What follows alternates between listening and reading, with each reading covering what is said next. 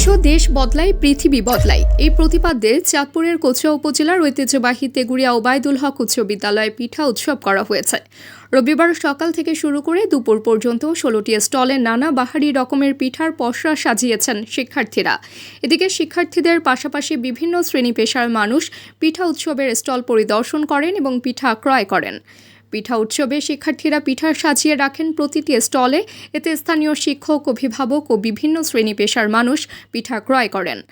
প্রাচীন সেই যুগের ঐতিহ্য ধরে রাখতে এমন উদ্যোগ নেওয়া হয়েছে। পাশাপাশি শিক্ষার্থীদের উদ্বুদ্ধ করতে এমন ব্যতিক্রমী উদ্যোগ গ্রহণ করেন বিদ্যালয় কর্তৃপক্ষ।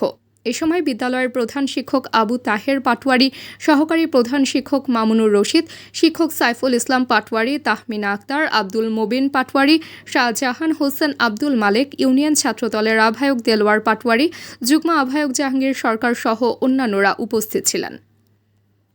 তাবাসসুম হক, আনিকা, নীলকণ্ঠ।